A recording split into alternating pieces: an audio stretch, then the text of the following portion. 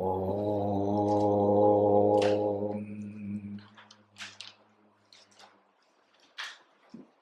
Gurur Brahma Gurur Vishnu Gurur Devo Maheshwaraha Guru Sakshat Param Brahma Tasmai Shri Gurave Namaha. Om Sadashivasamarambham Shankaracharya Madhyamam Asmadacharya Paryandam Vande Guru Paramparam. Om Sahana Bhavatu Sahanau Bhunaktu Sahaviryam Karavavahai Tejasvinavadhitamastu ma vidvishavahai. Om Shanti Shanti Shanti. Om Shanno Mitra Shambaruna Shanno Bhavatvaryama Shanna Indra Brihaspatihi Shanno Vishnurukramaha. Namo Brahmane Namaste Vayo Tvameva Pratyaksham Brahmasi Tvameva Pratyaksham Brahma Vadishyami Radam Vadishyami Satyam Vadishyami Tanmamavato Tadvaktaramavato Avatu Mam Avatu Vaktaram. Om Shanti Shanti Shanti.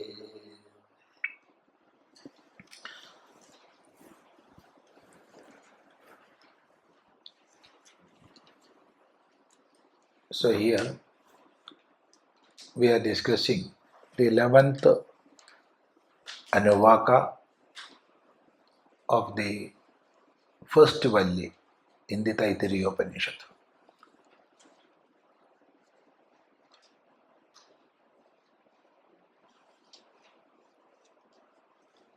Even though it is a part of Upanishad, we must not say it is an Upanishad. It is not at all an Upanishad.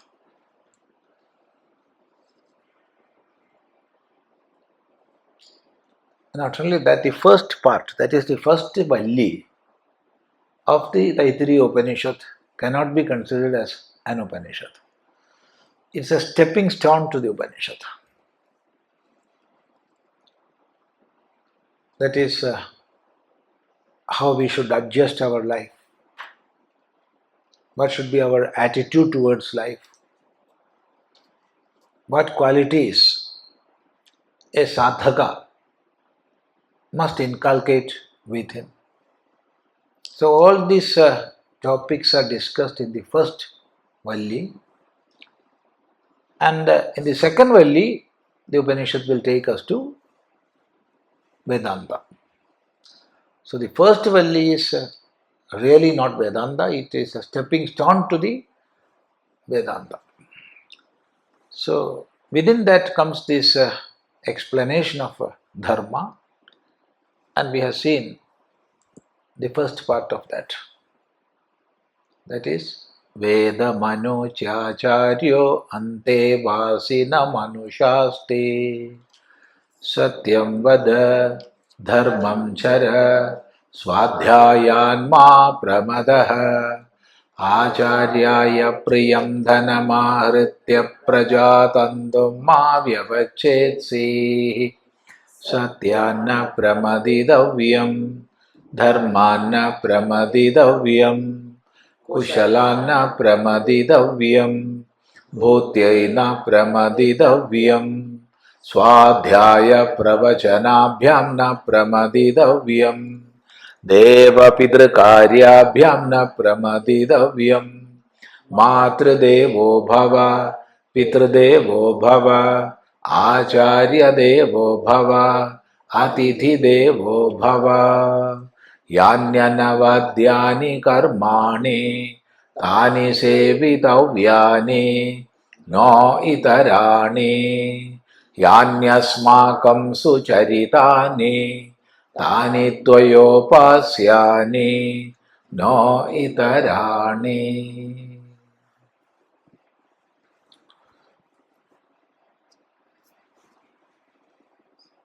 Next advice is Eke cāsmacchreyām brāhmaṇāḥ teṣāṃ tvayā sanena praśvasitavyam. Eke cāsmacchreyām brāhmaṇāḥ teṣāṃ tvayā sanena praśvasitavyam. This piece of teaching, especially in the present day world, we have to understand, and it should be engraved within. Because now we can see there is a renaissance in the dharmic thoughts, and all over the world we are seeing what we can say a new awakening in the dharmic activities. We can see that everywhere, wherever we go.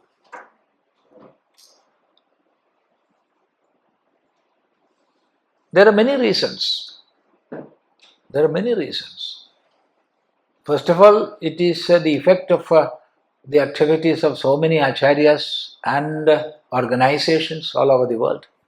Hindu organizations, many seva organizations, and the activities of many acharyas all the world over.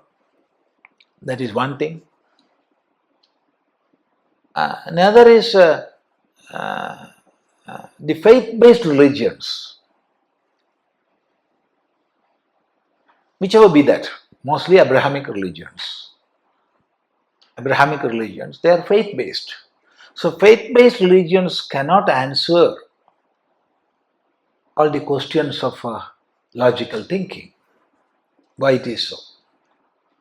How it is so? They cannot answer because it is based on faith. You have to believe. This is God-given. You must not question. There is no freedom or opportunity to question. You have to believe what I am teaching you. Even there is no teaching at all. You have to believe what I am preaching you. There is much difference between teaching and preaching. In preaching, there is no scope for questioning. You have to believe. That ends. But in teaching, it always requires interactive sessions, questions and answers. So, faith-based religions don't have answers to the logical questions of the modern world. And therefore, we are seeing more than 45% of people are becoming non-religious, whether it is in America or Australia, Europe or wherever it is. Slowly, majority are becoming non-religious. Becoming non-religious never means they are against the inquiry or the quest for realizing truth. No. So this is the place where Sanatana Dharma have to enter and work. This is a space for our work. And so that we are seeing all the world over, more and more people are inclined to study of Sanatana Dharma. They are coming and entering into the Sanatana Dharma studies and practice. Another reason is, see, whatever wealth we have, whatever money we have, the positions in the world, human being want peace of mind, happiness, inner calmness. So where I will get that? Individual and society will always search for that. That search is taking the society to Sanatana Dharma.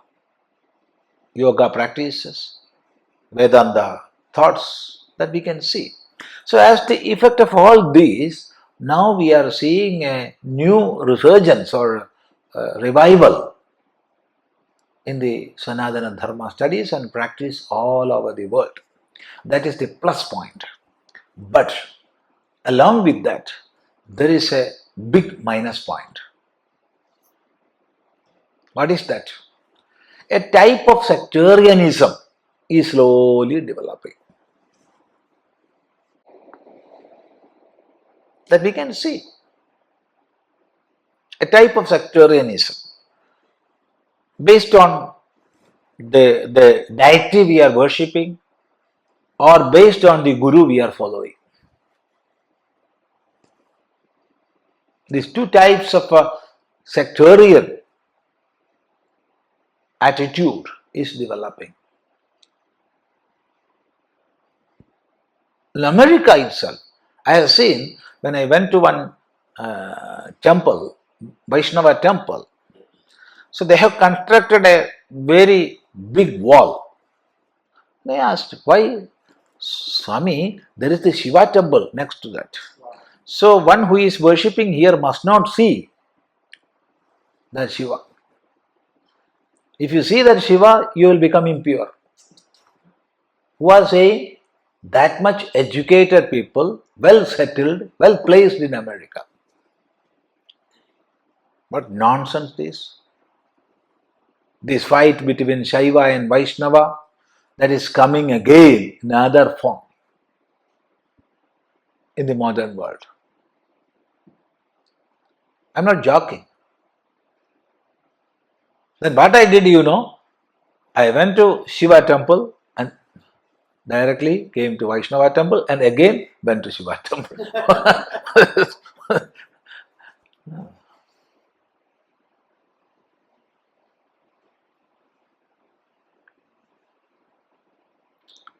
That's one. That is a type of sectarianism most dangerous or thing. Another is on the basis of gurus, some gurus and some followers. Those who are coming here must not go there. You are coming and hearing me or you are listening my lectures, so it is enough for you, you must not go to that Swami or that ashram. Our Swami is great or our ashram is great. What is this? What nonsense? See, we have to spread the message of oneness. In talks, it's all right. In talks, it's all right. Everybody is speaking about oneness, unity in diversity. All these flowery things, all are speaking. But when come to practice, or when we enter the inner arena, we see these type of divisions. Even in some organizations, there are some undertaking you have to give that I will not go and worship the other fellow. I'm not joking. So we are, in a way we are developing, we are awakening, that's true. But in another way, this like sectarianism is slowly creeping into the system of Sanatana Dharma, which is very dangerous. Never be a follower. Never be a follower.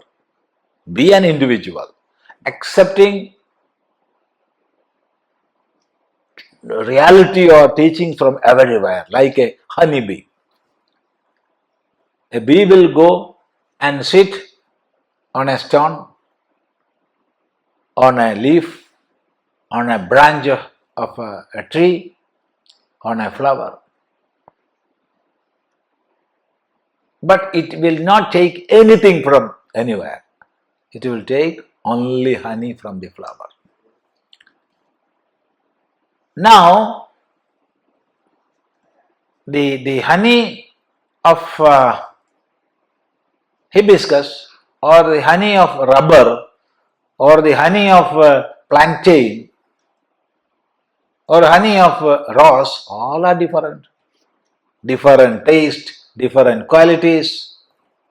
But when that enter into the honey bee, it will become one honey.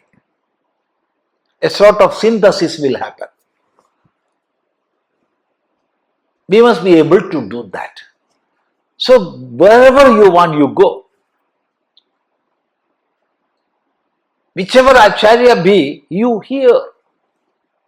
You accept what is acceptable. Reject the other things.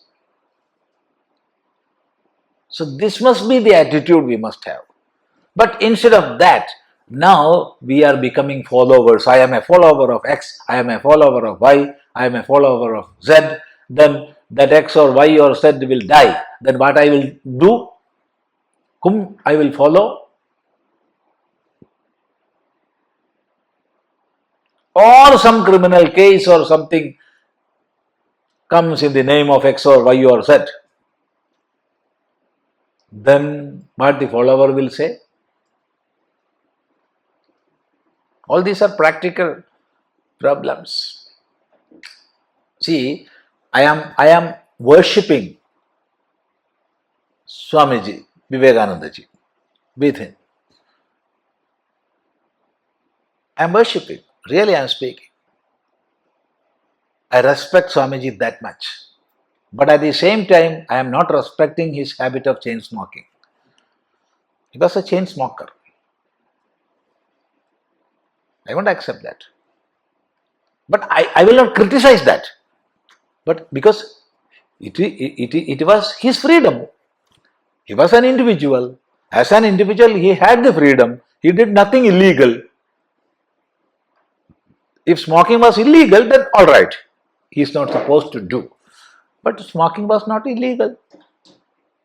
So it is up to him. I am not a man to evaluate that. But I will not do that. If I am a follower, I must either follow or have to whitewash in some way. So never be followers of anybody. There is the principle, there is the philosophy, there is the highest ideal. Go to that. Whichever help you are getting from here and there, get that help. That is the positive aspect. So here what the Guru teaches, see, eke cāsmacchreyāg brāhmaṇāḥ teṣāṃ tvayā sanena praśvasitavyam. There are many scholars greater than me. Don't think that I am the greatest scholar. No. See, this openness, this what you can call the ability to admire and accept others. That is a great quality. Because Guru is speaking this.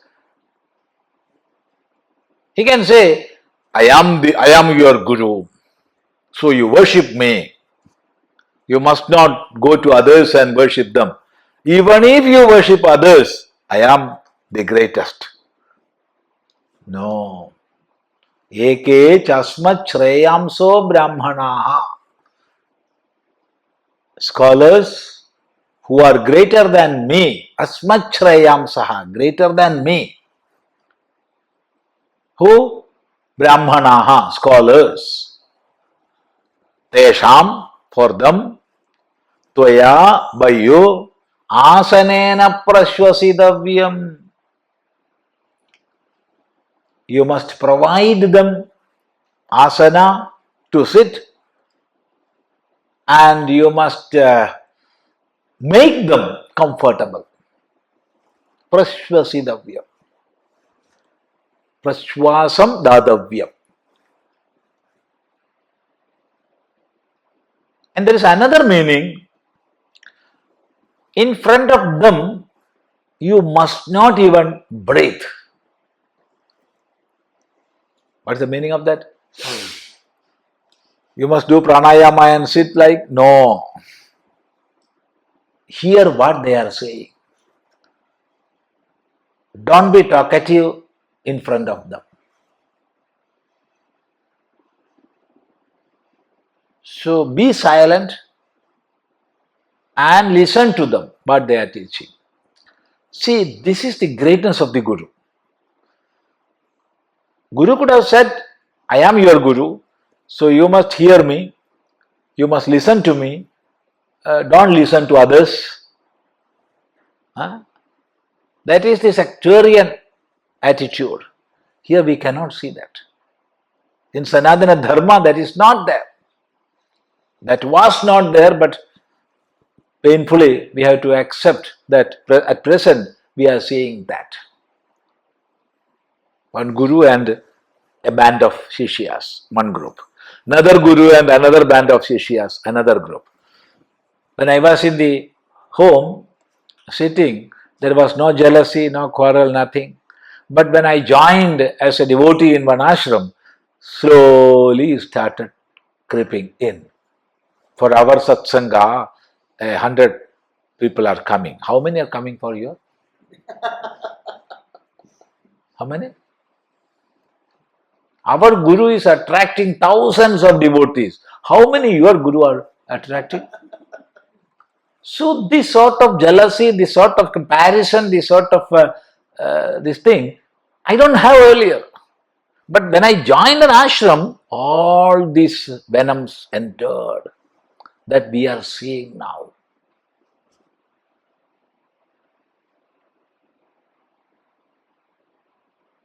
I have seen a published matter in a registered magazine, that too in the front page. Don't entertain the disciples of XYZ. That is not XYZ. It was written, name was written in bold letters, but I am not going to repeat that here, because our work is not that. Don't give dakshina to him. Don't invite him or his disciples to your house and give dakshina, because he left our organization. See?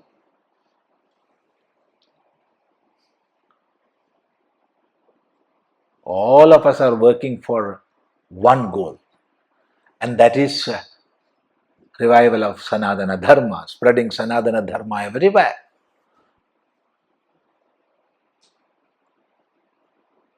But this type of personal attacks, sectarianism, that is not at all healthy. So we have to learn this mantra and keep always in mind. Eke cāsmacchreyāg brāhmaṇāḥ. There are many scholars greater than me. What you shall do? You must worship them. You must offer them seat and make them comfortable and hear what they are teaching. Listen to them. So this piece of advice, it has much relevance in the present day. Much relevance.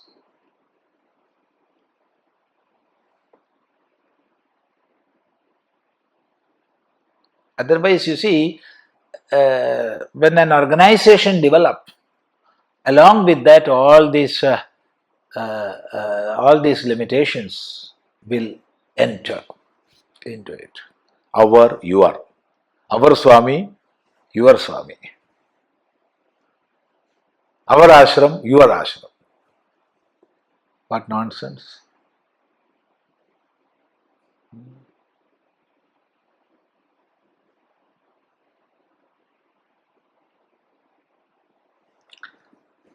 One great Mahatma, once used a term, it was in a private talk, organizational canker. Organizational canker. When he used it, it was before my sannyasa. Before my sannyasa, I was wandering here and there, and all the time, in those days, it was not Swami Chidanandapuri, it was in the evolving stage. So what I did at that age, it is not connected with Swami Chidanandapuri. It is the evolving stage. So I was wandering, always chanting the name of Sri Ramakrishna and keeping Sri Ramakrishna as the highest ideal in mind. So with a dirty cloth, without food, without having bath, like that, wandering. So when I I went to one ashram, famous ashram.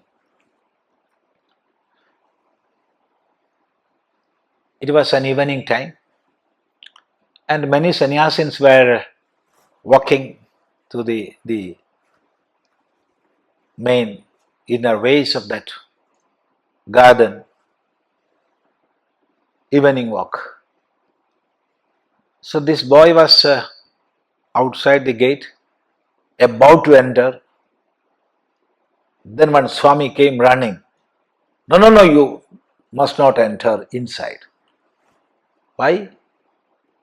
Beggars are not allowed inside.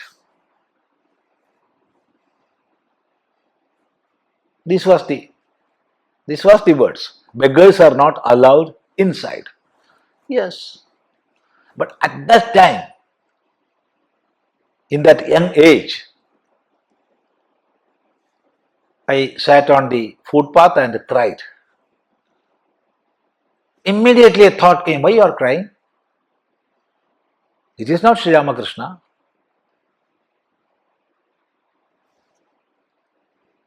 So I went that wandering, again the same life. Finally, reached one ashram, joined there.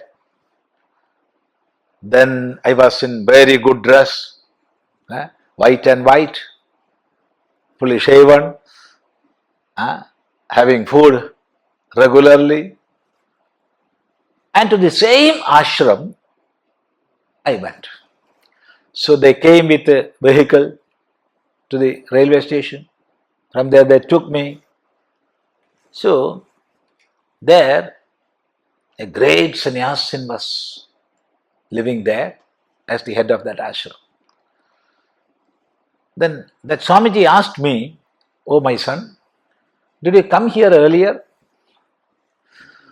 Then I replied, up to the gate, Maharaj. Why? I was not allowed inside. Why? This was the words I heard. So I was not supposed to enter in. Then immediately that great Mahatma, Param Pujya Swami Tapasyanandaji Maharaj, he sat like this. And after 1.5 minutes, some sounds came out of his lips.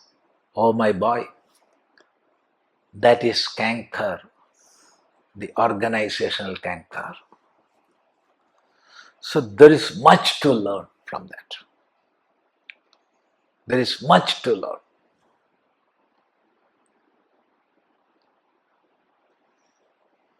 Everywhere this happens. At the time of starting, everything will be all right, everybody will be okay, cooperating with each other, accommodating each other. But slowly, especially when money comes, when the number of followers things go on increasing, we will make our own sect. Don't go there, don't go here, come here only, I am the great. Of course, that guru is acceptable, but not greater like me. I am the great. You know, Swami Chidanandapuri is a great man. So this happens. So this piece of mantra we must keep inside always. Eke cāsmacchreyāg brāhmaṇāḥ teṣāṃ tvayā sanena praśvasitavyam. This is another dharma. If we are deviating from that, we will be some narrow religions. Yeah.